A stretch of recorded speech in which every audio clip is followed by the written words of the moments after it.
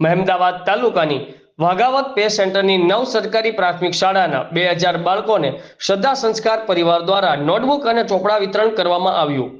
અમદાવાદ સ્થિત શ્રદ્ધા સંસ્કાર પરિવાર દ્વારા છેલ્લા 5 વર્ષથી ખેડા જિલ્લાના મહેમદાવાદ તાલુકાની વાઘાવત પે સેન્ટરની તમામ શાળાઓમાં અભ્યાસ કરતા બાલવાટિકાથી ધોરણ 8ના 2000 જેટલા વિદ્યાર્થીઓને ધોરણ મુજબ નોટબુક અને ચોપડાનું વિતરણ કરવામાં આવ્યું હતું, જેની અંદાજિત કિંમત 2,25,000 રૂપિયા જેટલી થાય છે। વાઘાવત, પથાવત, જરાવત, ગોકળપુરા, કલેસર, ઉમાજીની મુવાડી, આંબડિયાની મુવાડી, સમકવાડીની મુવાડી, રોહિડાનો ટેકરો આ તમામ પ્રાથમિક શાળાઓમાં અભ્યાસ કરતા કુલ 2000 વિદ્યાર્થીઓને મદદ કરવામાં આવી હતી।